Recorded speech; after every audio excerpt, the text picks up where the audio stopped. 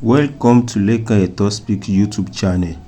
Thanks for watching. Please don't forget to subscribe.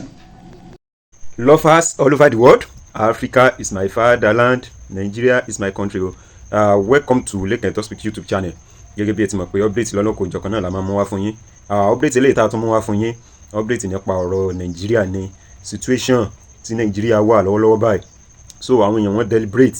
So ẹ gbọ́ àwọn kókó àṣírí nípa Tinubu, kẹ́ gbọ́ àwọn kókó àṣírí nípa Ṣèyí Tinubu, nípa Lagos State, nípa Ọbaṣá, nípa bí Ọbásanjọ́ bí wọ́n ṣe rúlù Nàìjíríà. So ẹ gbọ́ a lot of àṣírí tí àwọn olóṣèlú wa, gbogbo àwọn nǹkan tí wọ́n ń fowó ṣe ní òkè òkun, bí àwọn ọmọ Nàìjíríà bí àṣírí wọn tó ṣe ń tú sí àwọn ọmọ Nàìjíríà lọ́wọ́. Ṣé Nàìjíríà lè dáa? Can Nigeria be great again? Ṣé Nàìjíríà lè move forward? Because àwọn olóṣèlú wa lack of transparency ó wà nínú bí wọ́n ṣe ń ṣèjọba, and then wọ́n practice democracy ní ọ̀nà tí democracy tó lè jẹ́ kí Nàìjíríà kó move forward, kó survive. Yín tẹ́ bá ṣe ń darapọ̀ mọ́ channel wa, ẹ farabalẹ̀ kẹ́ gbọ́ analysis tí àwọn èèyàn ṣe, bí wọ́n ṣe deliberate lórí gbogbo àwọn nǹkan tó ń ṣẹlẹ̀ nowadays ní Nàìjíríà, bí dọ́là bó ṣe ń rise, bí àwọn nǹkan bí wọ́n ṣe ń kó government, bí wọ́n ṣe ń kó ìjọba, bí wọ́n ṣe ń kó pamọ́. So gbogbo àṣírí yìí ni àwọn èèyàn ni wọ́n tú ni wọ́n deliberate lórí. So ẹ farabalẹ̀ kẹ́ wọ́n proud of Nigeria. Now tí wàá fi picture. àní kò sí Nigeria flag nínú nǹkan tá tó jọ sẹ́. Kò sí Nigeria flag nínú nǹkan tá tó jọ. ẹ jẹ́ kí n wo profile. Okay, ẹ kú gbádùn. ṣe fẹ́ bú mi ni torí opinion mi àbí a fẹ́ discuss. lọ́wọ́ yín ni ọlọ́mọ ìbú yín o, ìfẹ́ bèrè question lọ́wọ́ yín ni. Ẹ sọ pé nínú mẹ́ta tí wọ́n contest yẹn, that's my first question, pé ẹ̀yin fúnra ara yín ẹ ti analyse ẹ ti pín, ẹ ti pa, ẹ ti sọ pé àwọn méjì kan kò sí nǹkan tó fẹ́ ṣe, but ẹ̀yin ẹlòmíì lè ní another opinion. no I understand. No, only got mo fẹ́ sọ, because reason mo sọ pé kájẹ́kájẹ́ kẹ́ land ni pé mo máa fẹ́ understand perspective àwọn èèyàn tí wọ́n máa ṣe ń give benefit of doubt sí Tinubu. Mo máa fẹ́ understand what their ideology is all about, what they really think about, because if you criticize or méjì tó kú yẹn, you can also criticize him. He has so many things that you can criticize him on. You came out now, you said Atiku ó ti ṣe rí tẹ́lẹ̀ máa sọ fún yín. Ṣẹ́ni one thing tí mi máa sọ fún ẹni sùúrù now, one thing tí mi máa sọ fún anybody come out ever vote for Tinubu ni pé Tinubu months before election, Tinubu shows that he had no empathy. And the fact that he had no empathy when they shot those guys on Lekki toll gate, when they asked Mr. President to be, do you know what he said? It's on YouTube, I'm not lying. Only kí ló ń ṣe ń bẹ̀ yẹn, kí ló ń gan wá ń bẹ̀. Why will a leader talk like that? And that is the reflection of what we are seeing today. He lacks empathy. People are suffering. People are buying drugs.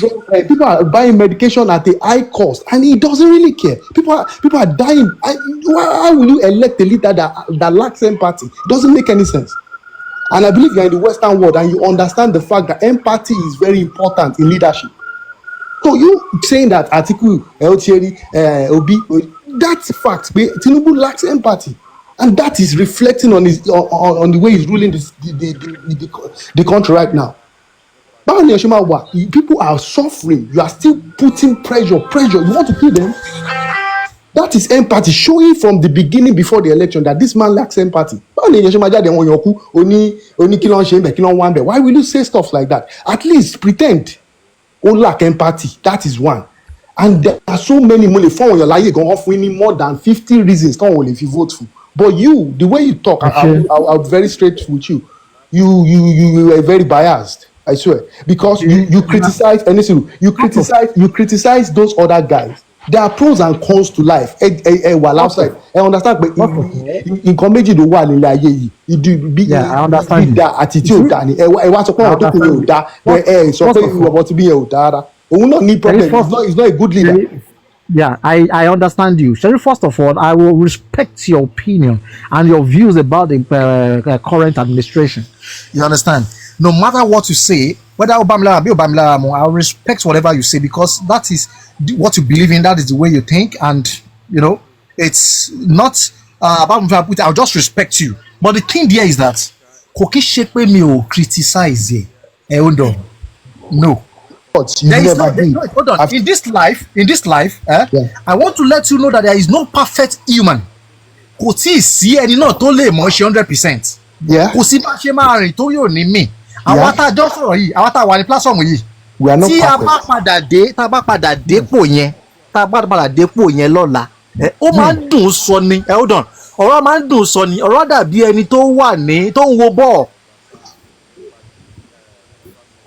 ẹ mọ ọtẹ ẹ ti já wọn sorry nǹkan tí màá yẹn sọ last thing mo fẹ́ sọ nǹkan fún ẹ má bínú. ẹ jẹ́ kẹ́kẹ́gbọ́n yẹn kan wà nísàlẹ̀ díẹ̀ ó ti yé yín kò sí táìmù fún gbogbo àwọn Adémi òkè fẹ́ sọ báyẹn. nǹkan torí nǹkan tó sọ last yẹn mo respect yín náà tẹ́ bá ń gbọ́ mi I respect you but ẹ need láti add a lot of critical thinking to it nǹkan tẹ́ sọ yẹn fún nìgan ẹ sọ pé everybody is perfect àlejò máa fò everybody cannot be a leader.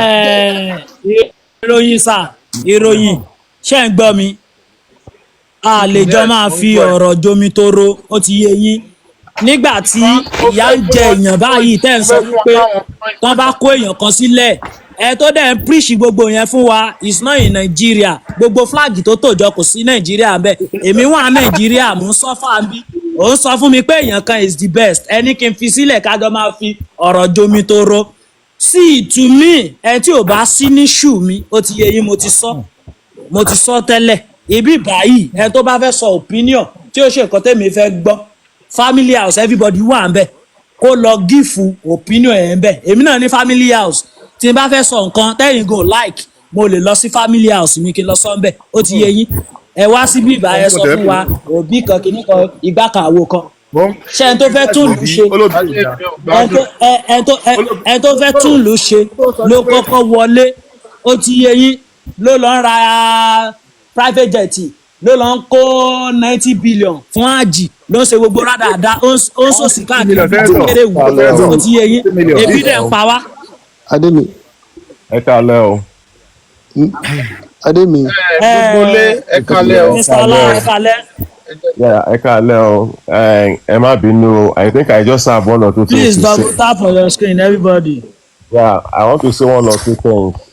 The first is that I think in the first instance this is a public space and though I understand the fact pé community èèyàn kan náà ni but however à ń share bill wa àti and we are supposed to be able to consider people's opinion.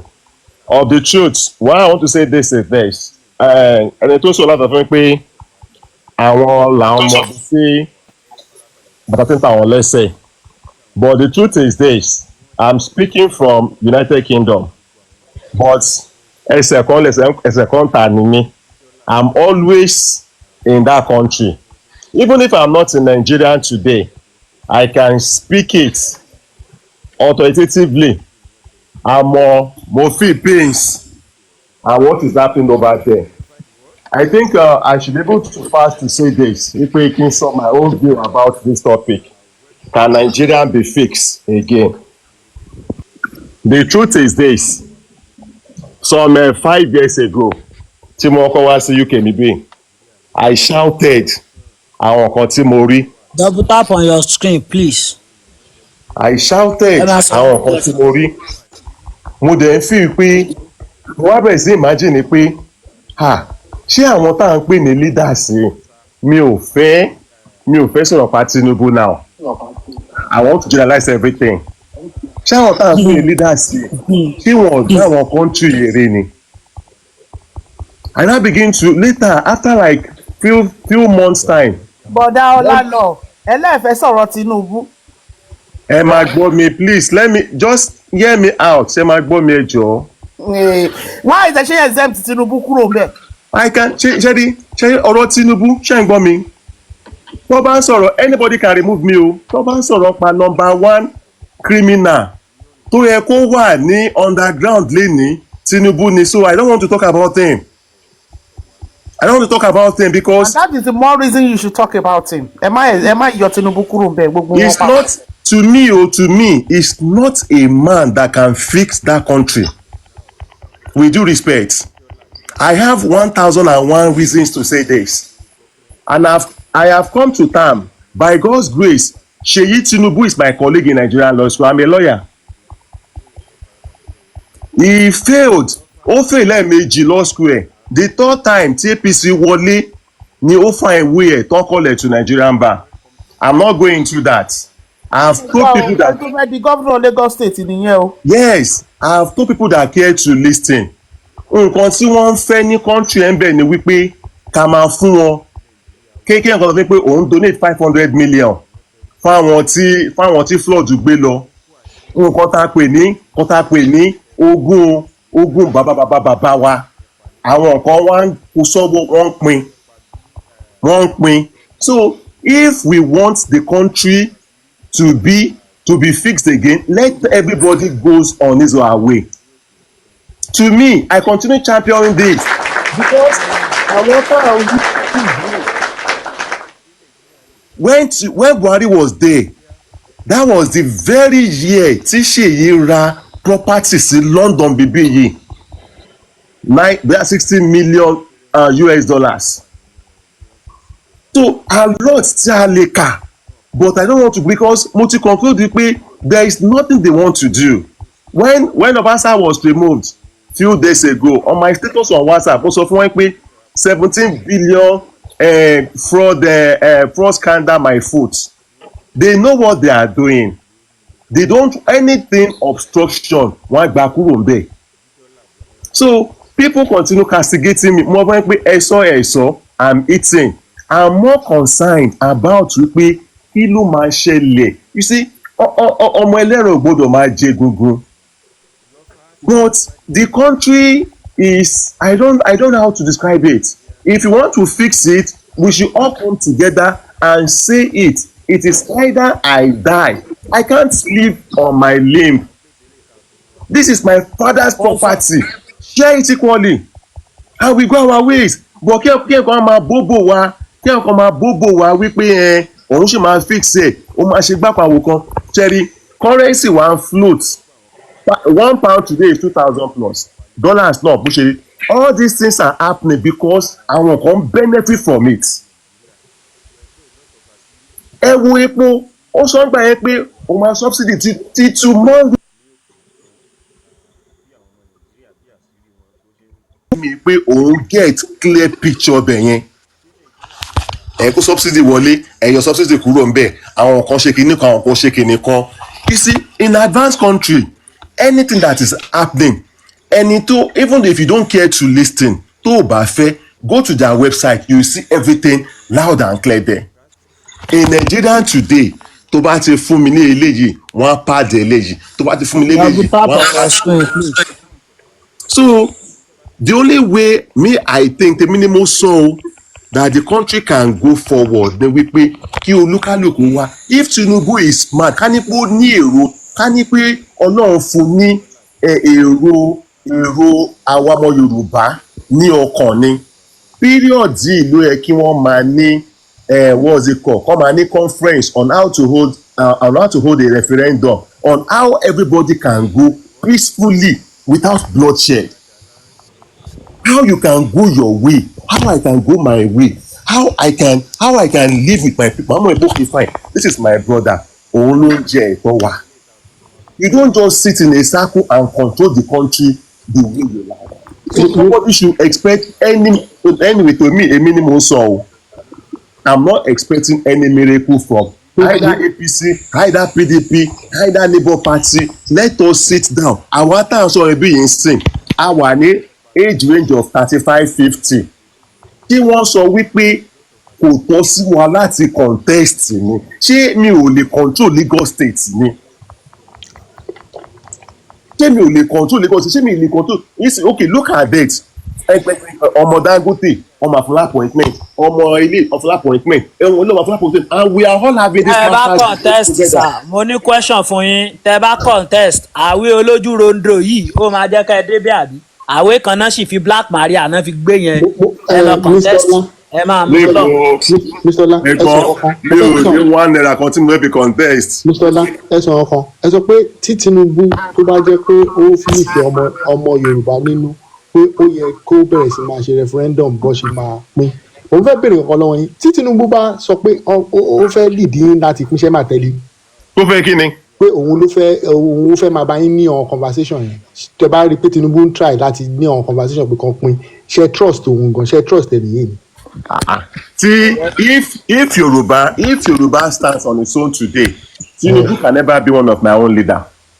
bá a lè ṣe mọ̀ pé kò ní jẹ́ Because my brother ẹ máa gbọ́ mi because a máa lọ sí history till tomorrow ẹ bèrè lọ́wọ́ èèyàn mẹ́rin ipe ìbò Tinubu ti wá. ẹ lè máa ní ṣẹ́rí conversation tẹ̀sán sí yìí kò yẹ kó máa wáyé mọ́ tẹ bá ti ready láti pín ṣe get that is one of the major problem ta ní Nàìjíríà pé ibo lẹ́ni ti wá and I keep saying is that even if we split even within our own state ta wà àwọn èèyàn sì máa ń sọ pé ó ti kan ọmọ Ogun State lèmi wọn ló ti kan ọmọ Yewa ti ṣe é sìn yìí ó kù kí get it's still like a ṣì ní tribalism within tribalism from where we come from so the total solution bẹ̀ ṣe ń sọ ọ́ sìn I don't think referendum yẹn wọ́n máa da gbogbo ẹ̀ nínú wọ́n máa fọ́ gbogbo ẹ̀ lójú pátápátá àwọn àìṣe wa kọ lọ́ọ̀tọ̀ pé irú conversation bẹ́ẹ̀ kò gbọ́dọ̀ máa wáyé mọ́ pé ibo lẹ́ni ti wá. ẹ̀gbọ́n ṣé UK tẹ wà yìí ṣé ìjọ wo lẹ fíìlì pépà rè tọmọlú fíìlì pépà rè tọ́ ní ṣé South Yorkshire ló ti wá ní àbí Scotland they are not interested. ẹ̀gbọ́n country mẹ́rin tó form UK lẹ́nu Scotland England Wales àti Northern Netherlands they have a referendum everybody knows ibi tí mo ti wá ṣé ń gbọ́ mi everybody knows ibi tí mo ti wá tí a bá mọ bí ta ti wá as far as Nigeria is concerned. but no ṣé ń gbọ́ mi we continue having this problem. no nǹkan tí mo sọ ni pé will they use that criteria for you to become anything even ẹni tó wá láti Scotland can he become a mayor in London. It can be ẹ máa gbọ́ mi nǹkan tí mo sọ bẹ́ẹ̀ ni pé it can be tí ó bá sún wọn lénìí wípé àwọn ò fẹ́ what's it called this amalgamation any longer they will go their separate ways. they can't go their separate ways. We've been trying it Scotland ti fẹ́ lọ láti jọ ìyọ́n máa ń sọ every time tí wọ́n lè jẹ́ kó lọ láyé. Who is stopping them? In Scotland. Hello, Madam Yeti. Olalo, round it up, sir. There is still a lot of people here. Round it up, sir. Yes, my conclusion on this ni wípé can Naija be fixed again? It can only be fixed again when everybody, I mean the average set of people in the country, either in or outside, taba come together. And I know one good thing we cannot come together in the sense that immediately you plan to come together àwọn rebels yìí wọ́n máa lo ẹ̀gbọ́n wa wọ́n á lo relatives wa láti máa jẹ́ kí intention wa hold. This is what I believe will likely have a way out in that country. One day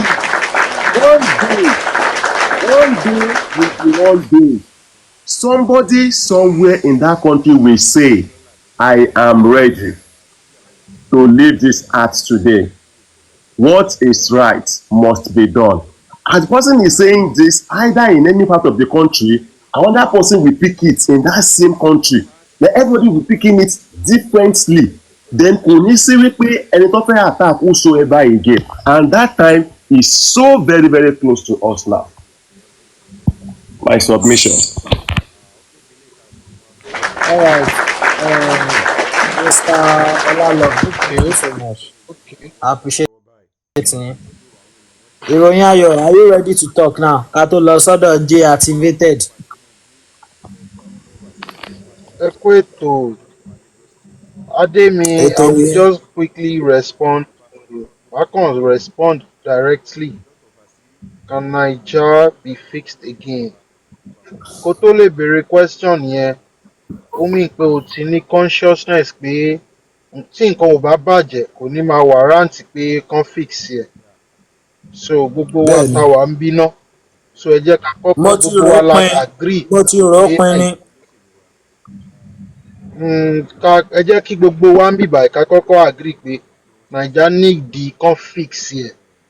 Now, listening to every speaker, even àwọn tó wá bí wá sọ pé Peter Obi àti Atiku they are not option ẹni tó sọ bẹ́ẹ̀ mi ì lè sọ pé kò rọ́rọ̀ sọ but ọ̀rọ̀ yẹn is diminishing to the progress tí everybody hope fún so nígbà tá a dẹ̀ rí ballot paper àwọn tí wọ́n tò síbẹ̀ náà nìyẹn ẹni tí ò dẹ̀ dépò rí o lè sọ pé ẹni yẹn bá débẹ̀ kò ní ṣe é dáadáa àfi tó bá jẹ́ pé ẹ̀yin ará pátì yìí tí lẹ́ẹ̀ni jí ó ṣe é dáadáa mọ intention tiẹ̀ ẹni tó débẹ̀ ló ń ṣe tiẹ̀ lọ́wọ́ là ní gbogbo ìlú ń pariwo so everybody must say their opinion as it is so èmi náà mo ò ní fẹ́ kí ara máa ta wá ká máa sáré ọ̀rọ̀ àbẹ̀ progressively ọ̀rọ̀ nàìjíríà ò ju wípé gbogbo wa ta wà ń bíbá ilà agree pé àfikà pín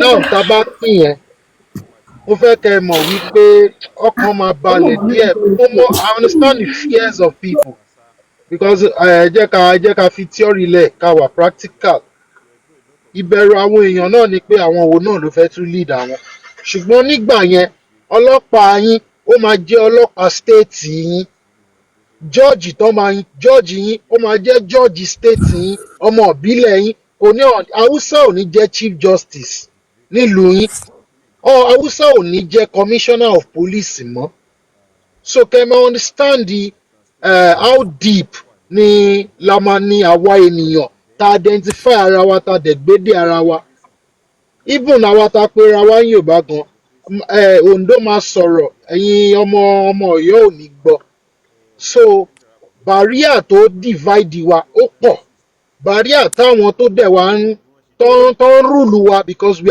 are ní leader wọ́n rúùlù wa ni ṣẹ́gẹ́t kéèyàn rúùlù èèyàn ó yàtọ̀ sí kéèyàn lead èèyàn àwọn eléyìí ń fi agbára rúùlù wa ni because agbára náà rà náà fi ń ṣèjọba wọn ṣèjọba ẹ tẹ̀lé mi kí kó dáa fún gbogbo wa so we must be conscious of that now tá a bá máa pín yẹn effect ẹ máa wà so far reaching débi pé ṣe rí corruption máa wà boycotted gan kò sí nǹkan kan tó ń ṣe Nàìjíríà anybody tó bá sọ pé Nàìjíríà ò ní problem ọmọ ohun tó ń sọ but ideologically náà ń sọ̀rọ̀ wọn sọ̀rọ̀ practically ní problem see ẹnìkan máa ní ọmọ àwọn máa ní citizens wa èdè wa population wa kò sí excuse tẹ́fẹ́ fún wa because nǹkan ta need láti ṣèlú ọlọ́run ti fún wa ọlọ́run ó ti pín wa dáadáa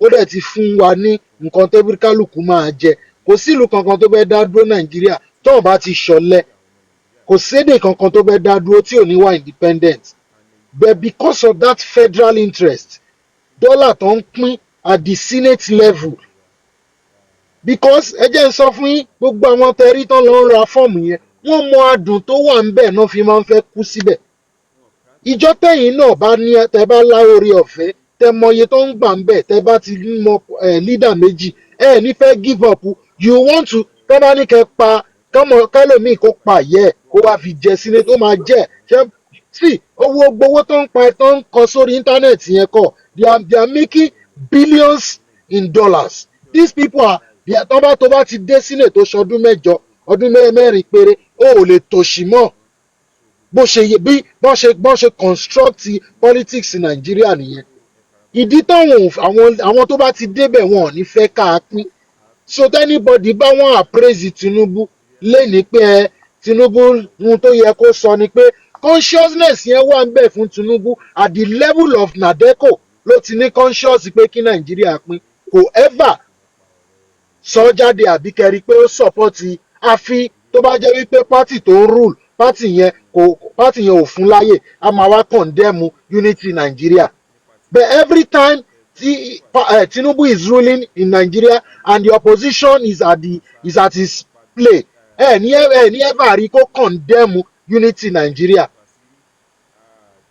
it is enough to charge him for whatever federal government wants to charge him for n tó ń charge Sowore fún lé ní báyìí sí n tó ń charge kí ló ń pe Nnamdi Kanu fún Tinubu did more than that if Nadeco of that time tó bá jẹ́ activity Nadeco of that time ni ló ń ṣe ní gọ́ọ̀mẹ̀ntì Tinubu of today ọ̀pọ̀ èèyàn ló máa wà lẹ́wọ̀n ohun táwọn dánwò ń gbà yẹn.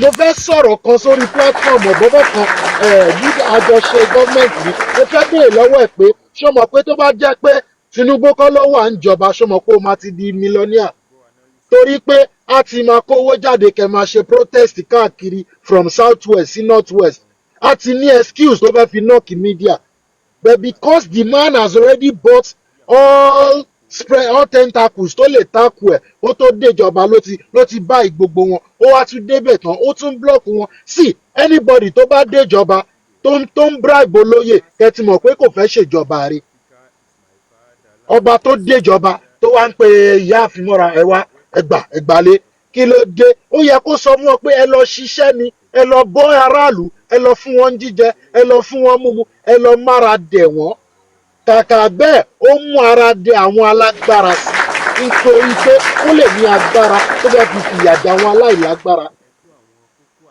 ọmọ Yorùbá ni wá ẹ jẹ́ ká sọ̀rọ̀ bí ọmọ Yorùbá àwọn institution tó wà Nàìjíríà wo lẹ lè gbẹ́kẹ̀lé pé wọ́n ní federal character ṣọlọ́pàá ni àbáwọn religious institution wa ṣẹ́rí báwọn pastor ṣe ń ti ọmọ ọ̀jọ́ mọ́lé tó bá ti fi lè sọ pé pastor mi miracle tó ṣe kò ríìlì wọn lọ ń gbá wọn mọ́lé ni because agbára everybody nílò Nàìjíríà ń sìn kò sẹ́ni tó ní love of kò sí citizenship love kankan mọ́ ṣàlẹ̀ páàkì ṣé mọ́tò yín lè bàjẹ́ sójú títì anybody bá yín tí kán má charge yín 5,000 mọ́ kò sí interwoven relationship yẹn mọ́ a ti wà so divided by gullibility of àwọn leader wa tí Davido bá ra Rolls Royce senator náà máa fẹ́ rà wọ́n ti gbàgbé pé olórin ni ó ń pawó tí ẹ̀yin ẹ̀ ń ṣàfù ni tí Wizkid bá lọ tó bá ra diamond àwọn politician wa náà máa fẹ́ rà